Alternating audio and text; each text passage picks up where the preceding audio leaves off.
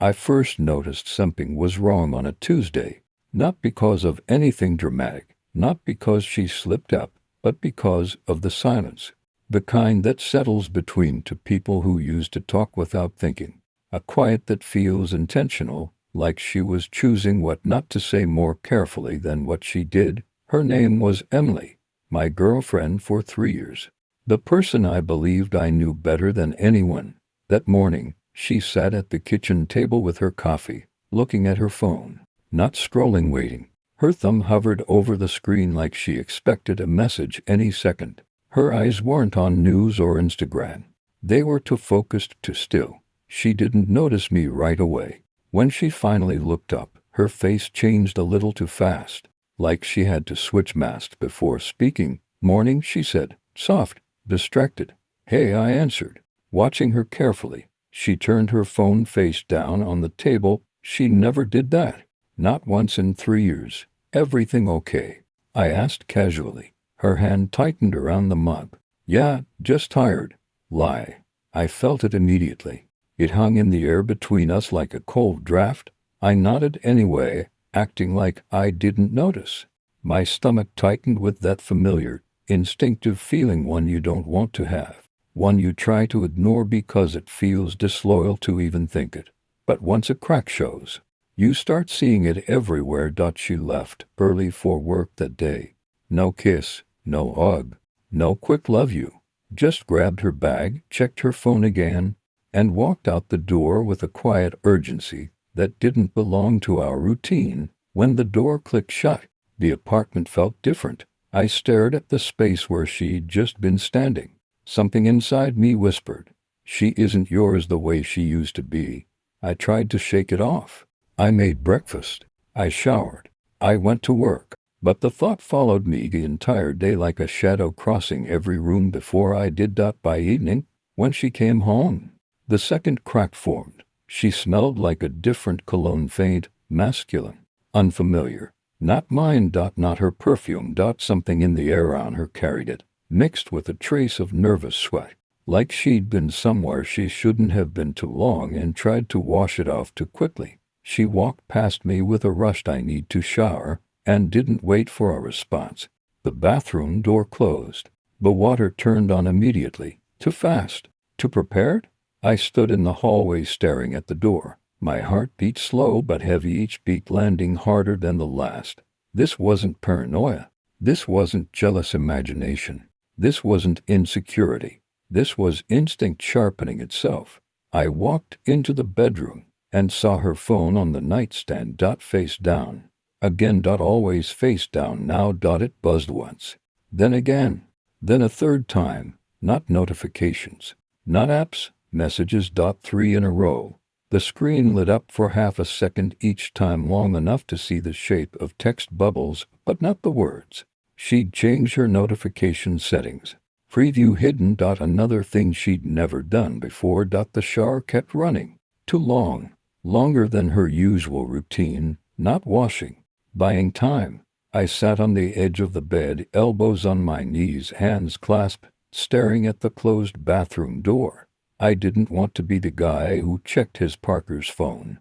I didn't want to be the man who listened for inconsistencies. I didn't want to be suspicious, but suspicion didn't care what I wanted. It grew anyway. When she finally came out, wrapped in a towel, hair dripping, she avoided eye contact. "Long day," she said. I just nodded. She turned away too fast. And that's when I saw it, a faint red mark on her collarbone. Not from a seatbelt. Not from her own hand. A shape too defined. Too specific. A mark left by a mouth. My pulse kicked hard. She noticed me staring and instinctively pulled her towel higher around her chest. "What?" she asked, too quickly. "Nothing," I said. My voice stayed calm. Too calm. She walked to the closet to change. Her shoulders were tense. Her movements were stiff. Every piece of her body language spoke the truth she wasn't saying out loud. Later that night, she lay in bed pretending to sleep. I lay beside her, fully awake, staring at the ceiling, listening to her breathing pattern, forced, careful, artificial. She was waiting for mine to settle so she could unlock her phone. At 1:14 a.m. She thought I was asleep. I felt her shift beside me. Move slowly. Reach for the nightstand. I kept my breathing steady, slow, even. A perfect imitation of sleep. She unlocked her phone with her passcode changed recently. One more new secret and the screen glow lit the room faintly. I didn't open my eyes. I didn't need to. I heard the soft vibration of incoming messages. Not one, not 2.6. Then her quiet exhale, like relief, like comfort, like the person texting her meant something to her. She typed back. Long messages, soft taps, occasional pauses. At one point, she stifled a smile in the dark while lying next to me. My jaw tightened in the dark. I didn't move, didn't speak, didn't let a single part of my body react. I just let the truth settle. This wasn't harmless. This wasn't innocent. This wasn't a mistake. This was the beginning, the first crack, the first proof that something was changing between us, shifting, breaking, slipping out of my hands without me even realizing. When she first stopped being mine, when she finally put the phone down and turned her back to me, her breathing eased into a soft rhythm. Comfortable, unbothered, connected to someone else through a small screen inches from my head. I stared at her silhouette in the dark. She had no idea I was awake. No idea I'd felt the shift. No idea I'd noticed everything she thought she'd hidden. But I wasn't reacting yet, not confronting, not accusing. I needed more. And I knew I'd get it, because cracks never stay small. They spread. The next morning, she acted normal. Too normal. The kind of normal that feels rehearsed, like tone, soft smile, quick touch on my shoulder as she passed. Almost like she was trying to overwrite the previous night with a new version of herself. Sleep okay? She asked while pouring coffee. Yeah, I lied. You. Short. Controlled. She didn't look at me long enough for me to read her face. Her eyes were restless, checking her phone, checking the clock, checking the door. Everything except me. I watched her pretend to relax, pretend to laugh, pretend to be present, pretend to love me the same. But once you feel the shift, you can't unfeel it. Something inside her had pulled away, and something inside me had woken up. I didn't confront her, didn't ask questions, didn't accuse. I observed, because people who lie eventually repeat themselves. But people who cheat, they fall into patterns, and her patterns were changing by the hour. One, the way she dressed them. We used to dress comfortably for work, simple blouses, soft sweaters, clean but minimal makeup. Not anymore. That Thursday she wore a fitted white shirt I hadn't seen in months. The top button undone. New perfume, subtle but sharp, like something she borrowed rather than bought. Her hair done more carefully than usual. Everything about her looked like she was going to impress someone who wasn't me. You look good, I said. She froze for half a second. Do I? I just felt like trying today. Another lie disguised as casual conversation. I nodded, because I was already counting. Two. Her schedule changed, started working late. Not once, not twice, 3 times that week. She'd come home tired but too energized at the same time, restless, jittery, distracted. Like her body was in our apartment but her mind stayed somewhere else. Or with someone else. She'd take long showers every night, always scrubbing the same spots: neck, collarbone, thighs, like she was erasing fingerprints I wasn't supposed to see. She didn't know I noticed. I noticed everything. 3. Phone became her second heartbeat. Phone never left her side. Now, bathroom, kitchen, couch, bedroom, always face down, always silent. When it buzzed, she flinched. When it didn't, she checked it anyway. She changed her lock screen password again. I watched her angle the phone away from me even when she was just checking the time. She thought she was subtle. She wasn't. Point 4. Her excuses got to clean. Cheaters rarely tell sloppy lies. They tell perfect ones. Too perfect. That Friday she stayed late again. At 7:53 p.m. she texted, "Meeting ran over. Don't wait up." But I'd already driven past her office 30 minutes earlier. Lights off. Parking lot empty. She wasn't there. And she didn't know I knew. I didn't follow her. Not yet. I wasn't ready for the truth in motion. I needed the truth in pieces first, because once you see them together, once you see them, you can't unsee it. The night everything clicked Saturday evening, she headed to grab drinks with coworkers. And no lie, a sloppy one. She didn't dress like someone meeting coworkers. She didn't smell like someone preparing for a casual night out. She didn't walk like someone who was indifferent. She walked like a woman going to someone waiting for her. Her voice was light. Too light. Don't stay up, okay? She said with a small kiss on my cheek. It wasn't affection. It was guilt trying to disguise itself. When the door closed behind her, I stood in the hallway for a full minute, staring at the silence she left, and then her phone lit up on the dresser. She'd forgotten it. Of all nights. She forgot it. My pulse slammed once against my ribs, hard and solid. I picked it up, expecting it to be locked. It was, but the screen was different. Her phone wasn't showing notifications. It was showing a map preview, a location, a destination labeled with a heart icon. I didn't open it. I didn't break the password, but the phone had already told me enough. She wasn't meeting coworkers. She wasn't at work. She wasn't confused, overwhelmed, or distant. She was going somewhere she'd saved with a heart. To someone who had a location in her phone.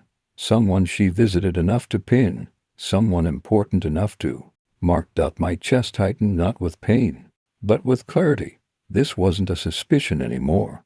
This wasn't a crack. This wasn't a possibility. This was a pattern. Pattern that led away from me. A pattern that ended with her in someone else's arms. Somewhere. She felt safe enough to pin on her map. I put the phone down. Gently, carefully, quietly. No anger. Just certainty. I sat on the edge of our bed, elbows on my knees, staring at the dark window. I wasn't the man who panicked. I wasn't the man who begged. I wasn't the man who chased. I was the man who waited for the final piece, because part of me needed to see it, to hear it, to feel the truth break fully, not halfway, not through assumptions. I needed the moment she couldn't deny. The moment everything snapped into place. The moment I finally knew who she really was when she thought I wasn't looking, and that moment was coming. Fast. I didn't sleep that night. Not because of panic, not because of fear, but because something inside me finally aligned. Like all the quiet pieces of doubt that had been floating around for weeks suddenly snapped together into a shape I could no longer ignore. She came home close to midnight. I heard her keys before I saw her. A soft clink, a careful movement. Too careful. People who have nothing to hide don't enter their homes like they're trying not to wake the truth. I stayed sitting on the couch, lights off. I didn't want a confrontation yet. I wanted to hear her lie one more time, clean, practiced, with that same fake softness in her voice. The door opened. She stepped inside. Perfume hit first. Not hers, a cold, citrus scent I didn't recognize. "Hey," she whispered into the dark. "You're awake." I didn't answer. She took it as a sign of annoyance, not awareness. "I told you not to wait up. It wasn't meant to be a late night." Another lie dressed as an apology. I let her talk, let her walk past me, let her believe I hadn't moved an inch since she left, because the real truth wasn't inside the apartment. It was outside. In her patterns, in her behavior, in her absences, and I needed to follow them. The next day, the planny woke up before her, not intentionally. My mind simply refused to shut off. She slept like someone who had given her guilt to another man to hold for the night, peaceful, quiet, draining, with a soft smile she hadn't shown me in weeks. I stared at the ceiling for a long time before getting up. Saturday had shown me the first hard proof, a pinned location with a heart next to it. That alone was enough. But a single clue isn't a story. I needed the full picture. I needed to see the man, see her with him, see the truth with my own eyes, so that later, when everything fell apart, I wouldn't doubt my memory. She woke around 9. "Are you okay?" she asked, stretching. Her voice was light again, fake, trained, controlled. "Yeah," I said. "Just tired." She smiled, relieved. Relieved that I wasn't asking. Relieved that I wasn't confronting. Relieved that I was still the man she thought she could deceive without consequence. We ate breakfast together. No conversation, just silence, and the sound of her checking her phone too often. At one point she locked it and put it face down, then immediately flipped it back up and moved it closer. That told me enough. She was waiting for someone to text her. Not me. The message at 11:23 a.m. It came, a small vibration, a small flash of light, a small moment where her entire expression shifted, subtle but real. I watched her lower her head to read it, her lips pressed together in a soft smile she didn't realize she was making. She wrote back quickly, hiding the screen with her hand. Then she stood up. I need to run out for a bit, she said. A bit meant hours. For what? I asked. She blinked, surprised. I questioned it. I just need to pick something up. What? Something for work. On a Sunday, at noon. In clothes he didn't wear to errands. Okay, I said. Drive safe. She looked relieved again. She left faster than she should have. Like hesitation might leave a stain. The door closed and the clock started. Following Harry waited 2 minutes. Not more, not less. Then I grabbed my jacket and walked out. I didn't tail her car directly, too obvious. I took mine, but slower, checking the map on my phone. I remembered the pinned location on her screen. I remembered the shape of the street name. One glance had been enough. And when I typed the first 3 letters, it popped up, a residential area. 20 minutes away, far from her work, far from anywhere she'd ever mentioned. My chest tightened.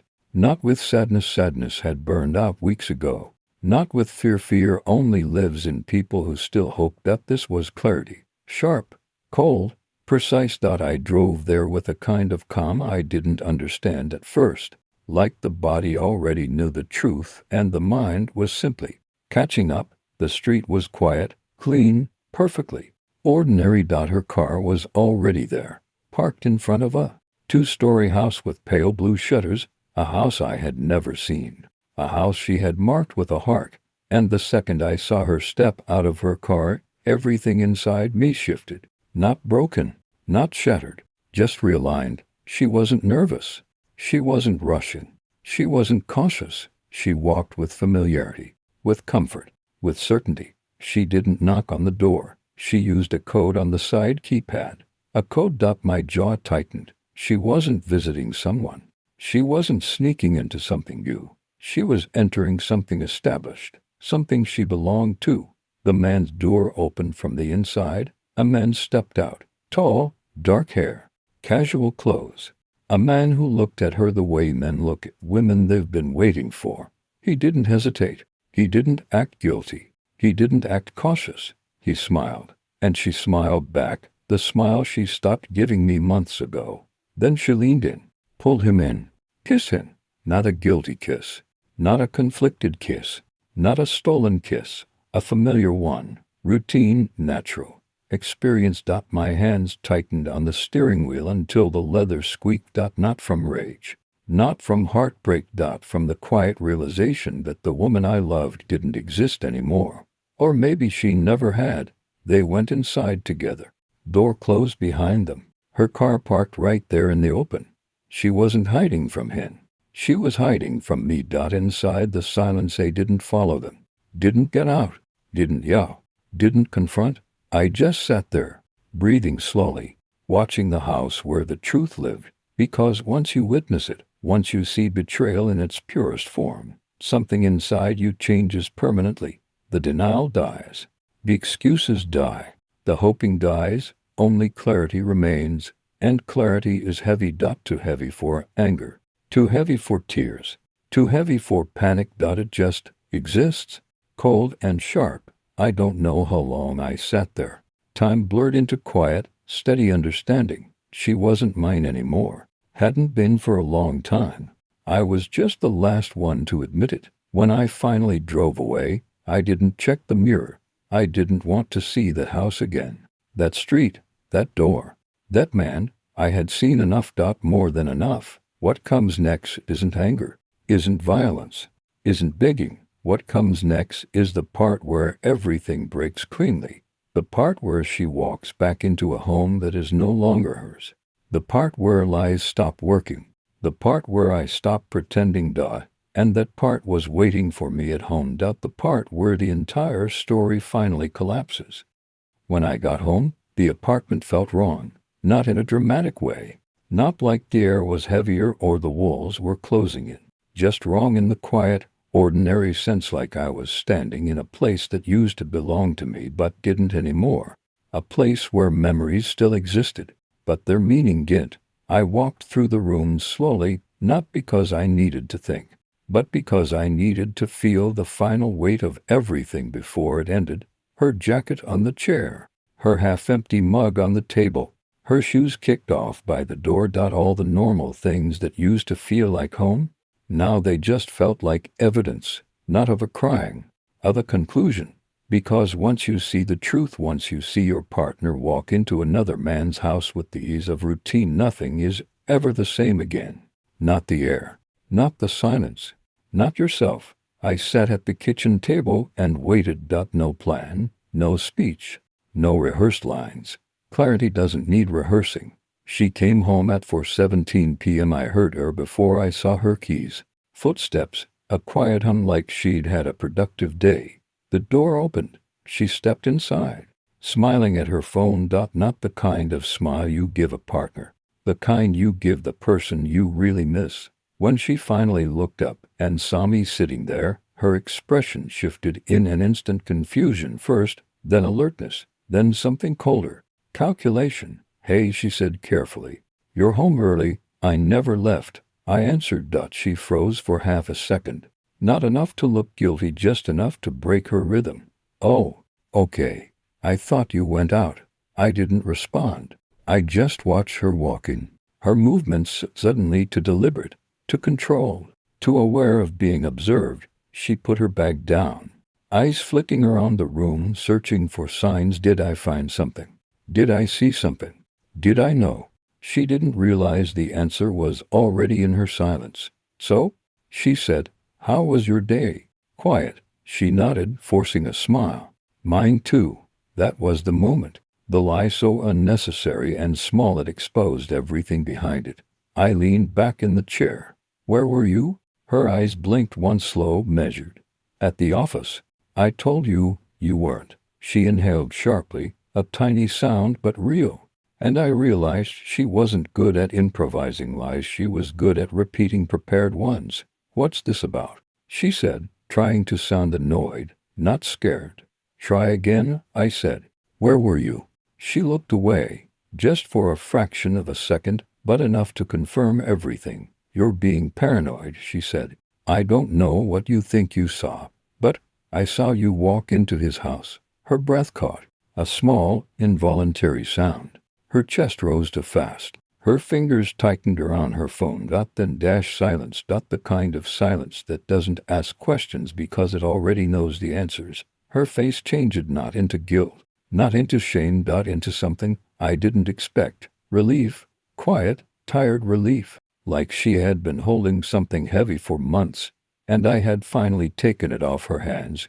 She sat down across from me and exhaled slowly. "So," she said, "you know I know enough." She didn't ask what I saw. She didn't ask how long I followed her. She didn't ask how much I knew. She only nodded. And that nod, small, weak, truthful, hurt more than the kiss she gave him. Because it meant she wasn't fighting for us, wasn't denying anything, wasn't protecting anything. It meant she was already gone. "How long?" I asked. She hesitated, not because she didn't know the answer, but because she wasn't sure which version would hurt less. "Months," she finally said. "Not weeks, not days. Months." I didn't react. No yelling, no table slamming, no insults. Just a slow, steady realization sinking into my bones. She waited for an explosion. When it didn't come, she continued. "It wasn't supposed to happen like this," she said softly. "It wasn't supposed to happen at all." She flinched. "I know. You kept coming home to me," I said. "Sleeping next to me, eating with me, laughing with me." Her eyes filled with something, not emotion, more like exhaustion. I didn't want to hurt you, she said. But you did anyway, I replied. She lowered her gaze. I'm sorry. The words were empty. Not malicious, just meaningless. Sorry is for accidents, not for choices repeated over months. The last conversation we ever had. What's his name? I asked. She hesitated. Daniel. I nodded once. She waited, expecting more questions. But that was the only one I needed answered. Because names make betrayal real. Names turn suspicion into fact. Do you love him?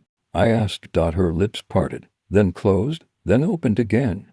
I don't know, she whispered. Honesty at the worst possible time. Do you love me? Silence, long, heavy, real. I did, she said finally. But something changed. I nodded again. Yeah, I said quietly. You? Her eyes watered, not from sadness, but from the understanding that nothing she could say would matter anymore. The end. I'm leaving tonight, I said. She stiffened. Where will you go? Away from here. She swallowed hard. Can we talk about this? Figure out? There's nothing to figure out. She wiped her cheek. Please. Just let me explain. You had months to explain, I said. But you chose someone else. Her breath broke. I didn't want it to end like this. It ended the moment you walked into his house. I said. I was just late to accept it. She buried her face in her hands, not dramatically, not manipulatively, just quietly. I stood up, walked to the bedroom, grabbed the bag, packed what was mine.